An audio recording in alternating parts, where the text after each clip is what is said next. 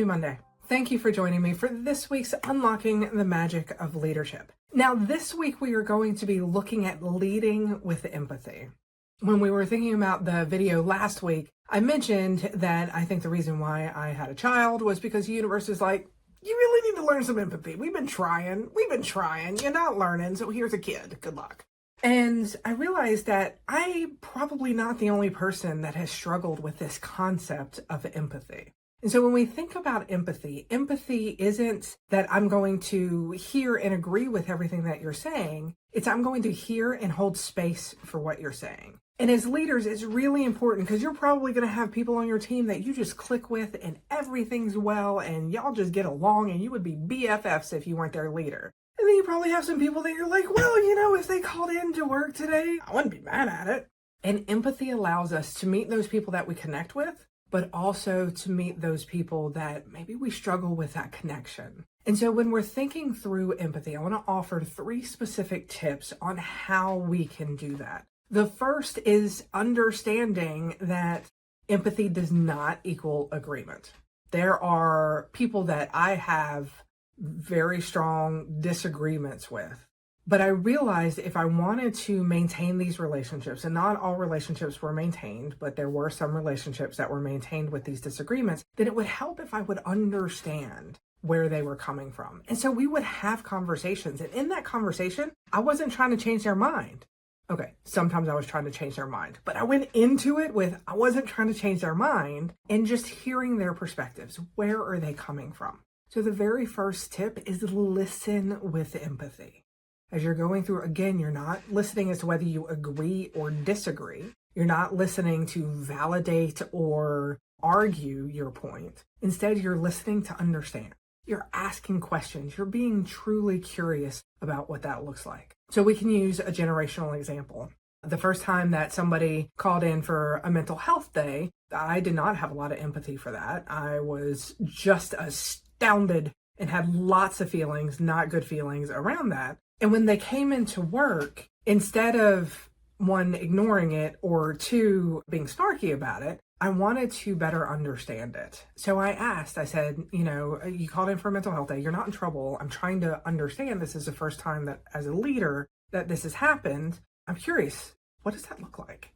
And in that conversation, I found out that that employee, it was at Disney, that cast member had severe anxiety. And most of the time it was fully managed and it wasn't a big deal. That day, it was a really big deal. It wasn't fully managed. And so when she explained that she was having panic attacks, all of a sudden I had empathy for that. When she had said mental health day, I had no empathy. I thought of it as a joke. And by asking questions, I connected the dots. And then I asked myself, why do I need to know the reason? Why can't I have just met her with empathy to begin with? And this is what happens when we listen with empathy. We find our own trigger points, and then we're able to work through those. And so listening with empathy, again, not to agree or disagree, not to argue, not to validate, but just to hear the perspective of where somebody is coming from. Now, the second tip is show genuine concern for your employees. And what this means is when you walk in and you're like, hey, how are you doing? Don't keep going. Stop and ask questions. One of my favorite tools for this is by Brené Brown, and she does the 2-word check-in, where at the beginning of the meeting, everybody goes around and they have 2 words that describe how they're feeling. So the words might be excited and concerned, or tired and overwhelmed, or great day, any of those things. As a leader, I'm listening to those. And when somebody says great day, I may follow up later and be like, hey, what's making it a great day? Maybe it's their kid's birthday, or maybe it's an anniversary, or maybe they just planned a cruise they're excited about. I'm going to celebrate that with them. For the person that said tired and overwhelmed, I'm going to follow up and say, hey, you mentioned tired and overwhelmed. Are you okay to talk about it? And if they say yes, then we're going to have a conversation. Again, I'm not listening to judge. I'm not listening to be like, oh, well, you're tired and overwhelmed. You don't even know half of the things I got on my plate. I'm listening to better understand. Show genuine interest in your employees' health and well-being. Now, the third tip is creating an inclusive environment. And this is one of those that it doesn't happen overnight. It is a continuous effort to be able to create the space where people feel safe enough to show up as their authentic self. And so this means having questions, having conversations, and understanding your team better. Do you have neurospicy individuals on your team? Do a little bit of digging, uncover, do your own research. You don't have to ask them questions because that may be awkward. Just do your own research. What are the different types of neurospicy, also known as neurodivergent? What does that mean? And as a leader, how can you better show up? We're going to have a card somewhere around here that will link you back to the series that we did on leading neurodivergent employees. It's a good starting point, but it's not the finishing point.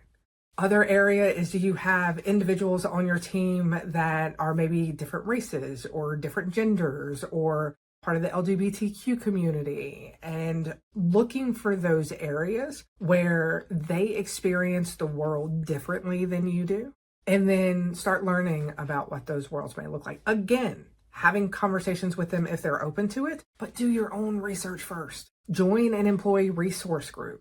Go online, do some digging, make sure it's from reputable sources, do some digging.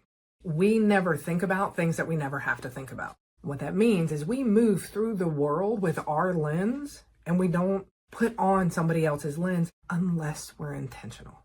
And so as a leader, if you're wanting to create that inclusive environment, you have to be very intentional about doing that.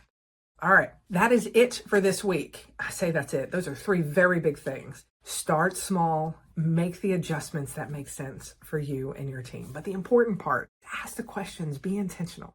You can do that by listening actively to your team, showing genuine concern for their health and well-being, and then creating an inclusive environment.